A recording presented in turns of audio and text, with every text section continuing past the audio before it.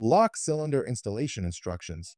Before installing the smart lock, follow all the steps in this video to complete the installation of the lock cylinder and ferrules. You will need a Phillips screwdriver for this installation. If you encounter any problem during installation, please visit support.lockly.com or call our hotline at 669 500 8835 for help. Install the lock cylinder. Insert the lock cylinder into the cylinder hole of the exterior assembly.